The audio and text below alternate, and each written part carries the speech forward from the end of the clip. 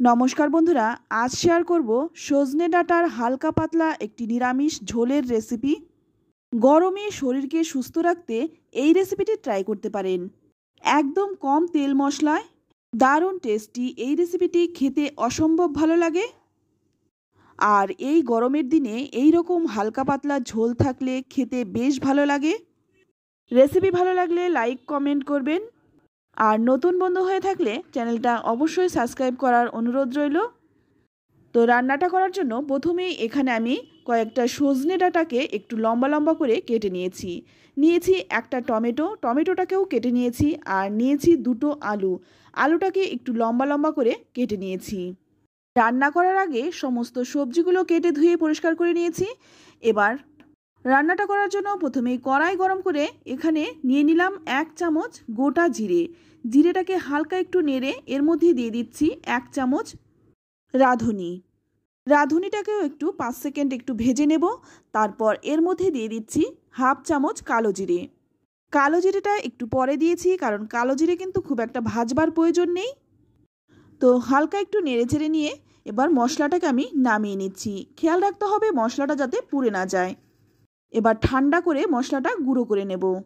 এবার ওই গরম কড়াইয়ের মধ্যেই দিয়ে দিচ্ছি 1 চামচ সর্ষের তেলটা ভালো করে গরম করে নিয়েই এখানে দেখুন নিয়েছি কয়েকটা বিউলির ডালের বড়ি।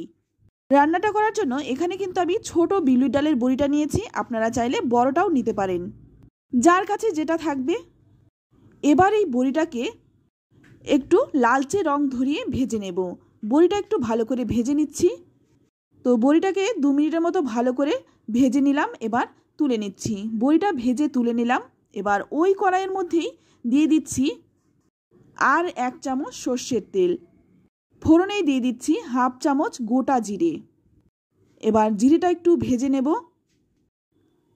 এবার এর মধ্যে দিয়ে দিচ্ছি কেটে রাখা আলুগুলো। তো সবগুলো আলু দিয়ে দিলাম। এবার আলুটা একটু ভালো করে ভেজে নেব।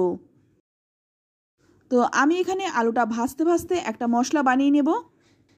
এর জন্য এখানে দেখুন নিয়েছি 2টো কাঁচা লঙ্কা, একটা শুকনো লঙ্কা আর 1 ইঞ্চির মতো আদা। এটা আমি একটু বেটে নেব।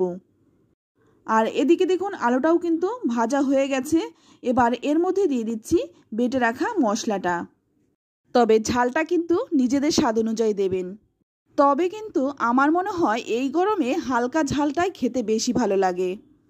তো মশলাটা দিয়ে একটু ভালো করে নেড়েচেড়ে ভেজে নিচ্ছি, যাতে মশলার কাঁচা গন্ধটা চলে যায়।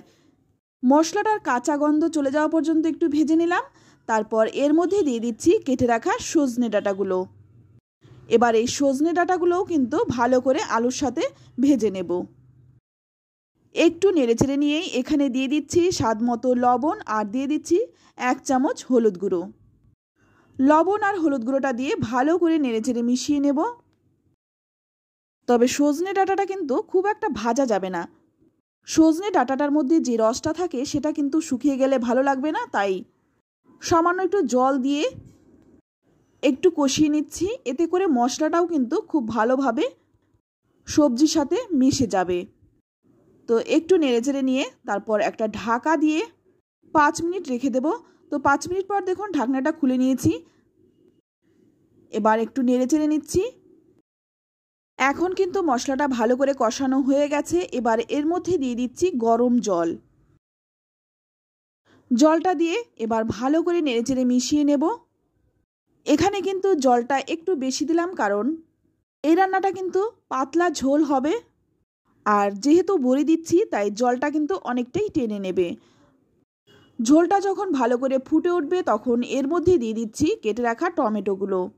আমি কিন্তু টমেটোটা আগে দিইনি, কারণ টমেটোটা আগে দিলে কিন্তু একদম গলে যাবে। টমেটোটা একটু গোটা থাকবে অথচ নরম হবে। তো একটু নেড়েচেড়ে নিয়ে এখানে দেখুন দিয়ে দিচ্ছি 1 চামচ চিনি। যেহেতু নিরামিষ রান্না তাই স্বাদটা ব্যালেন্সের জন্য চিনিটা দিয়ে দিলাম। চিনিটা দিয়ে একটু ভালো করে নেড়েচেড়ে মিশিয়ে নিচ্ছি। তারপর গ্যাসের আঁচটা লো টু মিডিয়ামে রেখে আবারও 5 মিনিটের জন্য ঢেকে রাখছি। 5 মিনিট পর ঢাকনাটা খুলে নিয়েছি। আর এখন দেখুন জলটা কিন্তু অনেকটাই কমে গেছে, আর আলুও কিন্তু সেদ্ধ হয়ে গেছে। এবার একটু নেড়েচেড়ে নিয়ে এর মধ্যে দিয়ে দিচ্ছি ভেজে রাখা ডালের বড়িগুলো। তার সাথে দিয়ে দিচ্ছি ভাজা মশলাটা। আর এই মশলাটা কিন্তু এই রান্নার স্বাদটা দ্বিগুণ বাড়িয়ে দেবে। আর এই মশলাটা কিন্তু খাওয়াও শরীরের পক্ষে ভীষণই উপকারী। সামান্য তেল মশলায় এত সুন্দর রান্না আপনারা না খেলে বিশ্বাস করতে পারবেন না। এবার দেখুন এখানে যে আলুটা রয়েছে সেই আলুটা একটু খুন্তি দিয়ে চেপে চেপে ভেঙে দিচ্ছি, এতে করে তরকারিটা একটু ঘন হবে আর খেতেও ভালো লাগবে। এবার নেড়েচেড়ে একটু মিশিয়ে নিচ্ছি। তারপর হালকা আঁচে 2 মিনিট ফুটিয়ে নেব। তারপর গ্যাসের আঁচটা একদম কমিয়ে দিয়ে 2 মিনিট ঢেকে রাখবো, এতে করে মশলার যে গন্ধটা সেটা কিন্তু সজনে ডাঁটা আলুর মধ্যে খুব ভালো করে মিশে যাবে।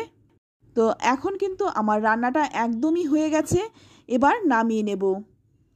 এই গরমে শরীরকে সুস্থ রাখতে এই রকম হালকা পাতলা ঝোল কিন্তু আমরা সকলেই ভীষণ পছন্দ করে থাকি।